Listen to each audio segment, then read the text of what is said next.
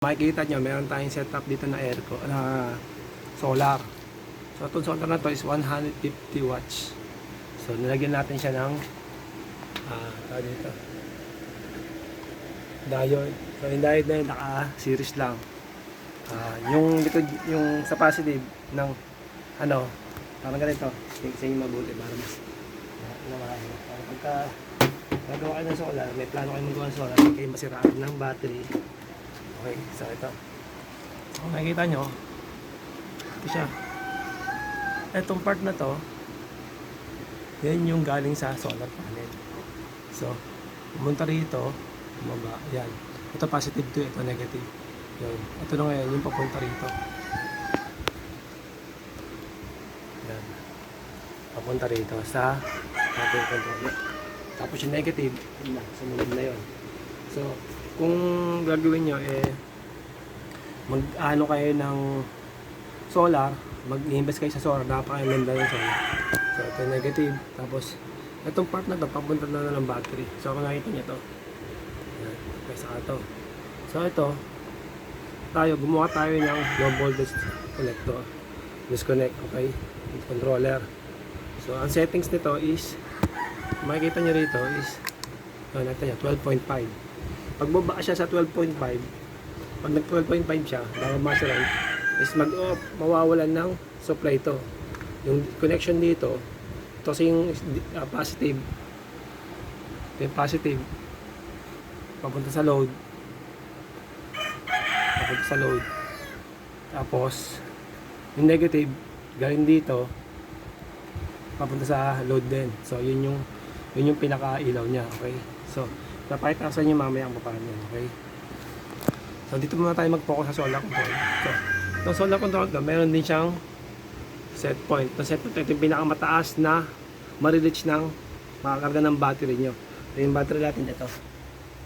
Yung battery 100 mAh. Kung magbe-build kayo ng solar, kailangan kompleto na. Huwag kayong bibili na hindi kompleto. Okay? So, ganun siya. Solar panel, meron diode doon. May diode dyan. Okay. Tapos, lahat ng details, nasabi ko sa inyo para hindi kayo malugi pag mag-solar panel kayo, hindi kayo masiraan. So, ganito ang setup nyo. May low voltage disconnect, at saka itong contact. In case na bumaba yung voltage ng battery natin, mag-ano siya, mag-automatic off. Pag nag-automatic off siya, ikakatcha nito, mawawala yung supply dito. Okay? Magiging safe yung battery natin.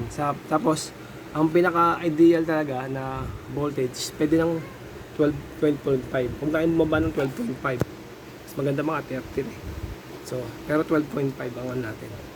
Para mas masagad pa natin ng konti. Konti lang naman. So, ganun lang siya kasimple. Okay? So, ito ngayon, connected to. Ito, saka to, connected siya. Sabihin, pwede siyang kumuha ng line 1 ng DC positive dito at kumuha ng negative dito. Iilaw na yung ilaw. So, ito, pang ilaw lang siya. Okay? So, kung gusto niyo yung ibang mga details na mas maganda, ay kailangan mas malaking amperahe. Okay? So, pwede dyan yung kung ano yung pwedeng ilagay yung load dyan, kung ilan load. Siyempre, may capacity. So, yan lang muna yung ating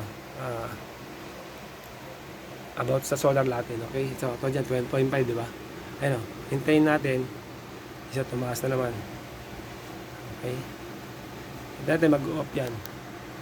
O nga pala, itong part na to, ito mo, 13, di ba? Nagkakarga pa rin siya. Kung nakita nyo yun, nagkakarga pa rin siya.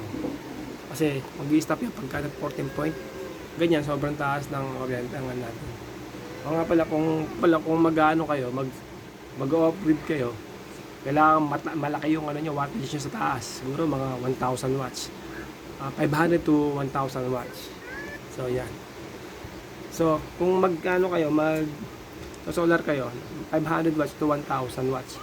Yun yung pinaka-idea. Pero mas mainam, nasa pagitan kayo ng 600 to 1,000. Kasi, ang qualification kasi ng isang unit o ng isang house, meron kang rep, meron kang electric fan, ilaw, mga parts doon, ipapatak yung mga 300 watts.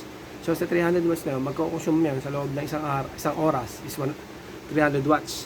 Pag 300 watts, ibig sabihin, hindi niya kaya kasi namamatay-matay din yung kuryente. So, kailangan mga 600 to 1,000. Para pagka isang oras pa lang, mapupul na yung charge mo, mapupul charge na yung battery mo. Pag na-full charge naman sa loob ng isang oras, yun na yung pinaka-powers mo. Kung ano yung masave mo doon. Merong DOD yan, di ba? Kung sa, yung akin, 100 watts. Kung sa akin, 100 watts na na solar battery. Ito dyan, 100 watts sa solar battery. Ang mangyayari gano'n, 100 watts. So, 600 watts yung pinaka-divide mo yung 12 times mo sa 100 sa 100 DH is equivalent to 1, 2. So, magagamit mo lang doon is divide mo sa 4, edi 400 watts lang magagamit mo. So, 400 watts na yun lang pwede mong gamitin sa loob ng ilang minuto. So, kailangan times 3 or times 5. So, 1, 2 ang kailangan talaga sa isang para hindi masira yung battery mo. Tapos, yung mga excess doon, mapupunta na kagad sa power ng kailangan mo sa appliances. So, hindi masisira yung battery natin ng 100 DH. So, para na bang hindi masira yun, kailangan pa natin ng gana ng low voltage disconnect. Sa low voltage disconnect, so, yun, mapoprotektahan natin yung pag-supply ng voltahe. Pag-supply sa ating unit. So, pag nag-supply yung unit natin, at naka 12.5 na, papatayin niya na yung supply, hindi niya nasusupplyan yan dahil dito sa low voltage disconnect. Okay, pag gano'n nangyari, sigurado ako, masisafe yung ating battery. Na hindi na bababa yung kanyang voltage na 12.5. Hindi na bababa kasi hindi na siya magloloadan yung ating load.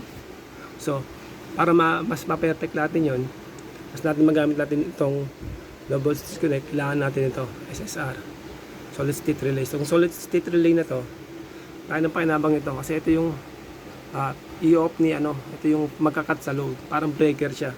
Pag nawala, bumaba yung voltahe nitong controller natin, low voltage disconnect natin, mawawala ng supply ito, mawadi-disconnect to. Pag nawala na, bumaba yung voltahe nito, kasi mawala ng supply dito, ito, i-cut off nito. So, kung ang tanong nyo, bakit gumagana to? Kasi nga lang naman to. Contact lang naman to. Ibig sabihin, kahit anong voltage yan, pwede yan. So, depende na sa amperahe na makukuha nyo at yung gano'ng katagal niya masusunugin. So, ito, kasi hindi naman gano'ng karami yung load ko. So, kaya niya. Okay? So, yan lang muna yung ating about sa solar. Okay? Mag-subscribe ka dito sa ating YouTube channel. Follow nyo rin ito sa Facebook. Okay?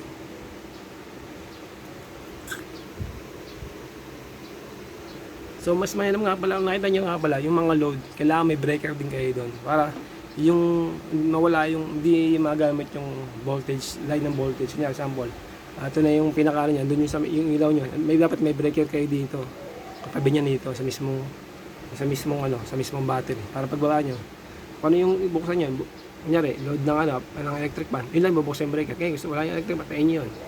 Parang ganun, safe yun. Mas namamanila yung voltahe ng atin mas safe natin itong ating voltage ng itong ating motorite na battery, okay?